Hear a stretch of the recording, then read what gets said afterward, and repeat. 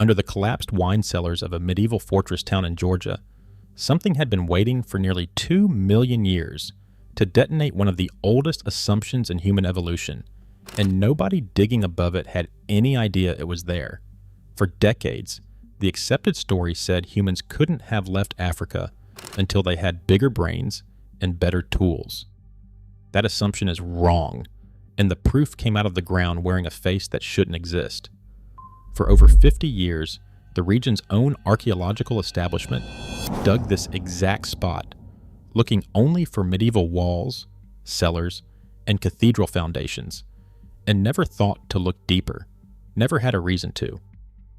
Then in 2005, on his own birthday, museum director David Lord Kipinidze pulled a skull from that same soil that took him 8 years to publish, because what it showed threatened to unravel the entire family tree of early humans, and once it went public, half the field turned against him. The site is called Dmanisi, a promontory town where two rivers meet in the hills of southern Georgia, about an hour and a half from Tbilisi. Its ruins held a fortress, a cathedral, a mosque, and a madrasa, a real medieval Silk Road city, with Christian and Muslim graves lying side by side in the same soil, excavated as exactly that for over half a century before anyone suspected what was buried underneath it. Dmanisi's medieval fame was never in question. It sat on the trade roads linking Byzantium, Armenia, and Persia, a genuine crossroads city, not a footnote in someone else's history. Antiquarians first explored its ruins in 1853, and its Georgian, Arabic, and Armenian gravestones were being studied by scholars before the 20th century had even started.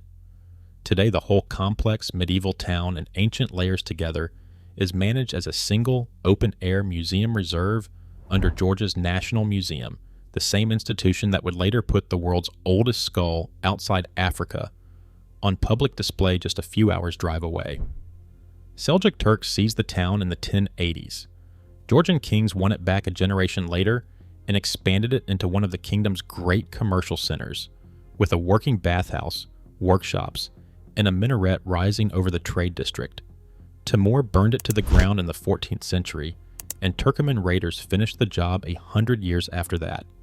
By the time archaeologists began proper excavation in 1936, Dmanisi was a maze of tumbled stone, and every trowel that went into the earth was aimed at recovering that history: the town gate, the cellars, the graves, the fallen minaret. Nobody was hunting for anything older, and nobody had any reason to think an ancient hominin site could be sitting directly beneath a well-documented medieval one. That's the detail that should bother you. A team spent 50 years digging a medieval town before anyone noticed there was a second, far older town buried beneath it, separated from the first not by centuries, but by nearly the entire span of human evolution. The walls on top were the story everyone expected. What sat underneath them had no business existing at all. It's the kind of detail that sounds small until you sit with it. An entire scientific establishment, funded, trained, and equipped, working directly above the most important human fossils outside Africa for half a century, and finding nothing because nobody was looking down. Even the site's own excavation reports from the 1960s and 70s read, in places, oddly vague about the deeper soil layers, brief mentions of disturbed strata and unusual bone fragments, noted and then left alone, because nobody on a medieval archaeology budget had a reason to chase them further. The ground gave its first hint of that secret in the 1980s, when Georgian paleontologists, cataloging animal bones beneath the medieval floors, kept finding species that had gone extinct hundreds of thousands of years before Rome existed: rhinos, saber-toothed cats, creatures with no business sitting under a mosque foundation. In 1984, they found something stranger: crude stone tools, buried in that same ancient soil, mixed in with the bones. Simple flakes, struck cleanly off a stone core.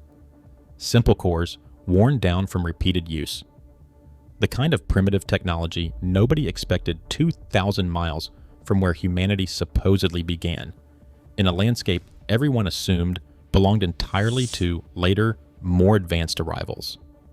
The old black and white excavation photos from those seasons show exactly what you'd expect from a medieval dig: stone walls, careful grids, workers in flat caps brushing dust off masonry, handwritten field notes stacked in cardboard boxes. Nothing in those images, or in the notes themselves, hints at what was still sitting a few meters deeper.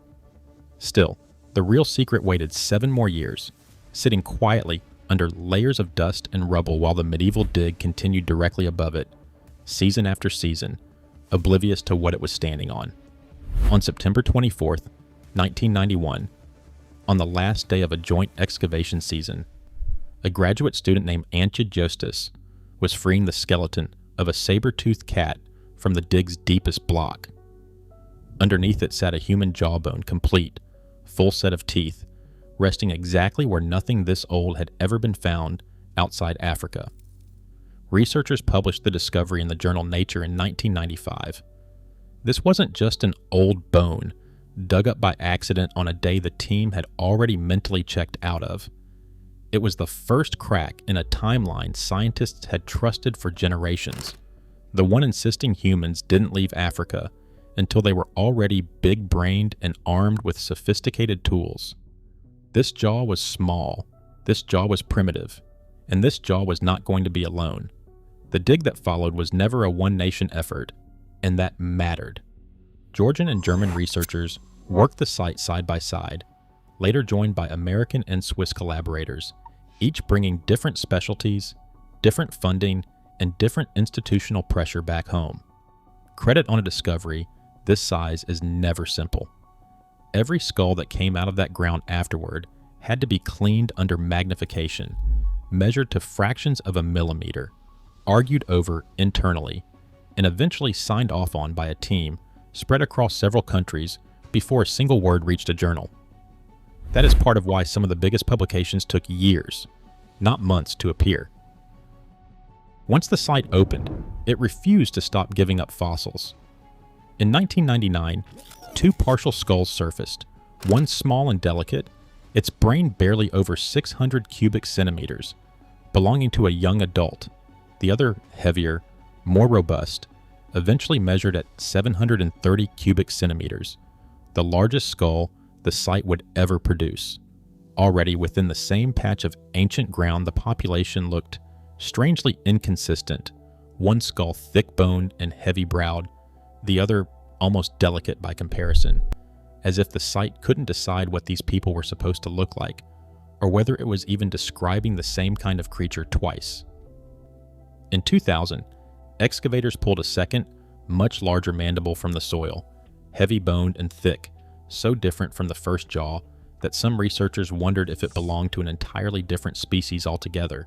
It went into storage, cleaned, cataloged, and unmatched to any skull, sitting on a shelf while the rest of the team kept digging. Nobody knew what face belonged to that jaw. That gap would matter more than anyone realized, for 5 more years. In 2001, the team found the most complete skull yet, a near-perfect adolescent cranium, brain volume around 600 cubic centimeters, its wisdom tooth only halfway erupted, marking a teenager at the time of death. It remains one of the best preserved early human skulls found anywhere on Earth, teeth and all, the kind of specimen most excavations never produce in an entire career, complete enough that researchers could study wear patterns on individual molars and reconstruct exactly how this teenager had once chewed. Then, in 2002, they found something worse, an elderly individual with almost no teeth left in either jaw. Every socket had healed and closed over completely, meaning the teeth were lost years before death, not after. In the world these people lived in, with no soft food, no tools for grinding, and predators sharing the same landscape, that should have been a death sentence. It wasn't, and the bone itself is the proof. Smooth, healed, remodeled sockets, instead of the raw, unhealed damage you'd expect from teeth lost right before death. Researchers published the find in Nature in 2005, under a title that said exactly what it meant: the earliest toothless hominin skull ever discovered. And immediately, a question opened that science still hasn't closed. Did someone care for this person? Did a species with a brain barely larger than a chimpanzee's already understand compassion, community, sacrifice for someone who could no longer contribute? It's a beautiful theory, and it's easy to see why it caught on so fast. An incapacitated elder, kept alive on soft food or shared marrow by a group willing to look after its weakest member almost 2 million years ago, long before anything resembling a hospital, a caregiver, or even a word for kindness existed. It would mean empathy is older than language, older than art, older than almost everything we associate with being human. But it isn't proven. Critics pointed out that severely impaired wild primates have survived alone in the wild, without any help at all, simply by finding softer food on their own. In 2020, that argument gained hard evidence. Scientists documented a wild, completely toothless bonobo surviving in the forest with no human-style care whatsoever, no processed food, nothing but its own resourcefulness. The Dmanisi skull proves survival against enormous odds. It does not, on its own, prove kindness. The question is still open, and given how little we actually know about the inner life of a species this old, it may stay that way for a long time. Either way, the fact that this individual is discussed at all in serious papers by serious scientists shows how far a single set of empty tooth sockets can travel through the scientific imagination. And still the fossils kept coming. In 2003, a second jaw was matched to the toothless skull. Then on August 5th, 2005, David Lord Kipanidzi's own birthday, as he has said publicly, the team pulled the most disturbing skull of all from the ground. It would take 8 years of study before the world understood exactly why. 8 years of careful cleaning, measuring, comparing, and arguing internally before anyone was willing to put it in print. Researchers finally matched it to that mystery mandible left unassigned since 2000. Together, they formed one individual, the fifth skull from Dmanisi, and by far the strangest. That individual should not have existed, according to everything paleoanthropology thought it understood about early humans. The brain case measured just 546 cubic centimeters, the smallest of the entire Dmanisi group, barely larger than a chimpanzee's. That alone wasn't shocking. Small brains were expected this early in the story of our genus. What was shocking sat beneath that tiny brain, an enormous, jutting, ape-like face with a massive lower jaw and the largest teeth found anywhere at the site, a mouth built for grinding tough, unprocessed food, on a skull that otherwise looked far too primitive to be walking around with a body built for long-distance travel. A small brain and a primitive, oversized face were not supposed to belong to the same skull. In every model built before 2013, one was expected to shrink as the other grew more modern, not stay locked at opposite extremes in the same individual. Scientists had assumed that kind of face belonged to older, more ancient ancestors, not to something already walking upright, making tools and living 2,000 miles outside Africa. It looked, quite literally, like two different fossils stitched onto one head. This wasn't a strange outlier to be filed away and forgotten.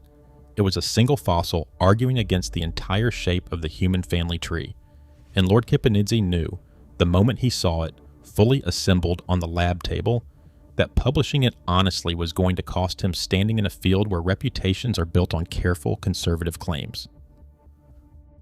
When Lord Kipanidze's team finally published the full analysis in Science in October 2013, they didn't just describe one strange skull. They used it to attack the framework the entire field had been quietly built on for decades.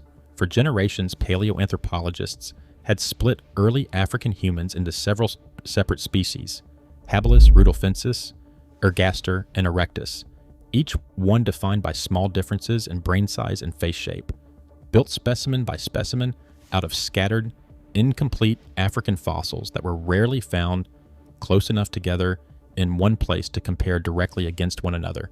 Dmanisi broke that apart completely, here, in one location in a window of time no wider than a few centuries. sat 5 skulls showing exactly the kind of extreme variation that had been used back in Africa to justify carving fossils into entirely separate species with entirely separate names. Lord Kipanidzi's team argued the 5 Dmanisi individuals differed from each other no more than 5 people sampled from a single living human population, or 5 chimpanzees pulled from one troop. Their conclusion was blunt, and it was meant to be. This wasn't 5 species sharing one hillside. It was one species wearing 5 very different faces. Co-author Christoph Zollikofer put it as plainly as the data allowed in comments given to reporters covering the 2013 publication. At Dmanisi, he said, there was one global human species. If that logic held back in Africa, where the fossil record was thinner and far more scattered across time and geography, then some of paleoanthropology's most famous named species might not be separate branches on the tree at all, just the same tree, photographed from different angles, at different ages, by different scientists working decades apart.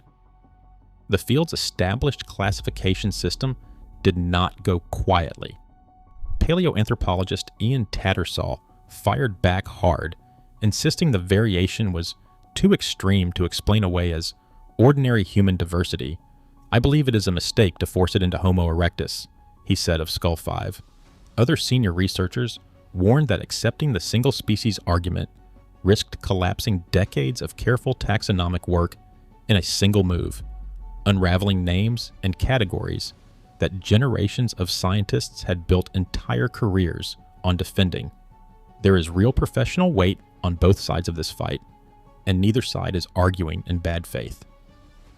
If the lumpers are right, decades of published species names, museum labels, and textbook diagrams need rewriting, and the researchers who built their reputations naming those separate species lose ground they've defended for years. If the splitters are right, Lord Kipanidzi's team published one of the boldest, most cited papers in the field's recent history on a foundation that doesn't hold, and every textbook that adopted their framework needs a correction. Neither side has an easy incentive to back down, and neither has. A 2014 dental study argued the Dmanisi sample actually represented 2 coexisting populations, not one. And as recently as 2025, a new dental study revived the multi-species argument from a different angle entirely, using tooth crown measurements to propose the group be split into 2 separate species, with 2 brand new names. Nobody currently agrees on what to call the people buried at Dmanisi. And that disagreement isn't academic trivia over labels on a museum case. It cuts straight to how science defines what a human being even is, and exactly where the line between one species and another actually sits. A line that turns out to be far blurrier, even today, than most museum displays let on. But before any of that fight could even begin, one basic question needed answering first. How old were these bones really?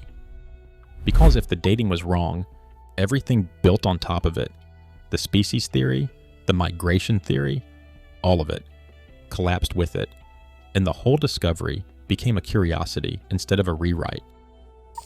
The proof came from the ground itself, a layer of hardened lava sitting directly beneath the fossil-bearing sediment. Geologists measured the slow, predictable decay of radioactive argon trapped inside that volcanic rock and fixed its age at roughly 1.85 million years, later refined to about 1.8 million in a further study. That gave scientists a hard floor. Everything sitting above the lava had to be younger than the lava itself. No exceptions, no wiggle room. A second, completely independent method backed it up on a lab screen far from the excavation site, paleomagnetism, which reads the direction Earth's magnetic field was pointing when ancient sediment first hardened, since the planet's magnetic poles have flipped many times across deep history, leaving a kind of invisible fingerprint locked inside the rock itself. Technicians run a sample through a magnetometer, watch a glowing readout resolve into a polarity signature, and compare it against a known calendar of magnetic flips stretching back millions of years. The hominin-bearing layers lined up precisely with a known magnetic window dating to around 1.77 million years ago, confirming what the volcanic rock had already suggested from a completely different branch of physics. A 2011 dating study led by geologist Reed Faring, published in the Proceedings of the National Academy of Sciences, confirmed occupation at Dmanisi between roughly 1.85 and 1.78 million years ago, with primitive stone tools recovered from the very deepest layers of the entire site, the oldest occupation evidence the site has ever produced. That dating didn't just authenticate one strange jawbone, it rewrote the opening chapter of the human story. The textbook model taught for generations in university lecture halls held that hominins didn't leave Africa until roughly 1 million years ago, and only once they had bigger brains and more advanced tools, specifically the teardrop-shaped hand axe. Brains first, technology first, migration second. Dmanisi doesn't fit that model. It shatters it. These people were in the Caucasus 800,000 years before that supposed threshold, and they got there with brains as small as 546 cubic centimeters, using nothing more advanced than simple stone cores and flakes struck from river cobbles gathered nearby. Researchers eventually cataloged over 8,000 of these tools at the site, made from close to 40 different kinds of local stone, and not one advanced hand axe among them. Not one. No bigger brains, no better tools. And yet, here they were, thousands of miles from where our genus first evolved, having crossed terrain no human had crossed before them. That forces an uncomfortable question the old model never had to answer. If it wasn't intelligence or technology that got early humans out of Africa, what did? Thousands of butchered animal bones at the site. Horses, ancient giraffes, bison, deer, even mammoths, carry cut marks and fracture patterns consistent with stone tool butchery. Proof these hominins were eating meat, sometimes stripping it from carcasses early enough to beat the competition to the good parts. But a later taphonomic study complicates even that picture, showing the bone pile at Dmanisi is a tangled mix of hyena den debris, big cat kills, natural deaths, and hominin butchery, all mixed into the same ancient soil, almost impossible to fully untangle. These early humans weren't the dominant predator here. They were one competitor among several, sharing a dangerous landscape with saber-toothed cats and packs of hyenas, surviving with nothing but sharpened stone and whatever a brain measuring 500 cubic centimeters could offer them against animals built to kill. It's a far more precarious picture than the confident, spear-carrying pioneers of the old textbook illustrations. That fact alone should have quietly closed the case.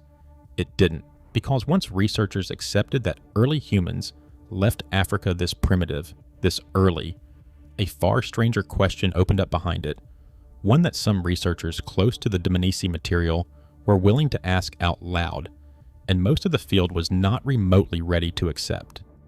If the oldest confirmed human fossils outside Africa turn up here, dated earlier and more securely than almost anything comparable back home at the time, could this species have taken shape here, in the Caucasus, and spread back into Africa afterward, rather than the other way around?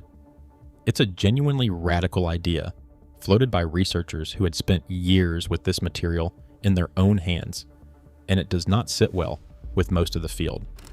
Critics point out that the deepest African layers hold only stone tools, not bones, meaning that side of the record is incomplete, not empty. And incomplete evidence is not the same thing as absent evidence, even if it feels that way from the outside. The more conservative reading holds that Dmanisi documents an extremely early, extremely primitive first wave leaving Africa, not proof the species began somewhere else entirely. But the fact that serious, credentialed researchers are even willing to ask the question, in print, in respected journals, shows exactly how far one skull has managed to shake an entire field's confidence. There's more. A 2021 study scanned digital casts of the inside of the Dmanisi skulls, mapping brain shape and folding patterns rather than tissue itself on high-resolution imaging screens far from any excavation trench. The result was unsettling in a quieter way because the brain organization looked distinctly ape-like, more primitive than expected for a member of our own genus, already walking upright and tool-making outside Africa. In 2024, a separate study used a synchrotron scanner, a machine powerful enough to read microscopic growth rings hidden inside fossilized teeth, the way you'd count rings inside a felled tree, on the near-perfect adolescent skull found back in 2001. Researchers in white coats fed the tooth into the beamline, watched cross-sections resolve layer by layer on a monitor, and counted forward from the enamel's outer edge. The scan placed the individual's age at death around 11 years and 4 months, remarkably precise for a fossil this old. But the growth pattern, locked inside that enamel, suggested something more human than expected. An extended childhood, a slower, more drawn-out developmental window than researchers assumed a small-brained 1.77 million-year-old hominin should have had. This wasn't a footnote buried in a supplementary table. It was another piece of evidence that refused to fit cleanly into either side of the ongoing debate. Every test run on Dmanisi material seems to work this way. It answers one question, then it opens two more, and nobody who has spent real time with this material seems surprised by that anymore. Which brings the story back to the surface, back to the medieval walls, the mosque, the cathedral, and the modern country built around all of it. The Dmanisi fossils don't sit in some remote research vault locked away from public view. They're on display in Georgia's National Museum in Tbilisi, reconstructed into two figures the museum calls Zezva and Mzia, a male and female pairing built forensically from the actual skull measurements, muscle attachment points, and bone structure recovered from the site, and often promoted informally as the first Europeans. It's a compelling label, the kind that draws visitors and headlines and school trips through the gallery every week. It's also more national narrative than settled science. These fossils sit at the edge of 3 continents, and their exact relationship to any later population, including modern Europeans, remains an open scientific question, not a confirmed bloodline. But the emotional stakes here are real, not manufactured for tourism, and they show up in how carefully the museum frames every new discovery for the public. In a country whose modern identity is built around its position at the crossroads of East and West, holding the single oldest human relative ever found outside Africa is not a small thing. It's a source of national pride, a point of leverage in how Georgia presents itself to the rest of the world, and a reason the government keeps funding excavation on ground that, on paper, is still technically unresolved. That's part of why the site's unfinished paperwork stings a little. Dmanisi has sat on UNESCO's World Heritage Tentative List since 2007, nominated, acknowledged, taken seriously by the international community, and never formally inscribed. Nearly 2 decades later, it's still waiting in that provisional category, neither fully recognized nor rejected. A site holding both a major medieval trading town and the oldest confirmed human fossils outside Africa remains, on paper, unfinished business. And that unfinished feeling runs even deeper underground, quite literally. By Lord Kipanidzi's own estimate, researchers have properly excavated only around 5,000 square meters of the site, while more than 40,000 square meters of documented, fossil-bearing sediment remains completely untouched, sealed beneath the very same medieval ruins that first drew archaeologists here back in the 1930s. Whatever else is buried down there has not yet seen daylight, and at the current pace, may not for a generation. Every square meter left unopened is a square meter that could hold a 6th skull, a 7th, or something that settles the species' argument for good or complicates it even further. Full inscription would bring international attention, additional funding, and a formal seal of global significance. Leaving it on the tentative list costs Georgia very little in the short term, but it also means the world's clearest evidence for humanity's first steps outside Africa still lacks the one label that would be hardest to walk back. And the mystery is still actively growing right now in real time while this video is being made. Roughly 19 kilometers from Dmanisi sits a smaller, less famous sister site, where a research team found a human tooth in 2022. Then, in the summer of 2025, they recovered something bigger, a lower jaw fragment holding 2 teeth, pulled from sediment estimated at around 1.8 million years old, potentially placing it in the same age range as Dmanisi itself, or possibly even earlier. Dating work on the new jaw is still ongoing as this story is being told, and the team has been careful not to overclaim before that work is finished, well aware that an early announcement could unravel the same way past hasty claims have in this field. But the discovery alone proves something important on its own terms. Dmanisi was not an isolated accident, a single lucky bone in a single lucky trench. Multiple early human groups moved through the Caucasus, within a few miles of each other, in the same narrow window of deep time, walking, hunting, and dying in a landscape that has now given up fossils from at least 2 separate excavation sites. And researchers are only now starting to map how many of these groups there really were, and how or whether they ever crossed paths. So after all of it, the jaw under the saber tooth, the skull with no teeth, the face that didn't match its own brain, where does that leave the official story?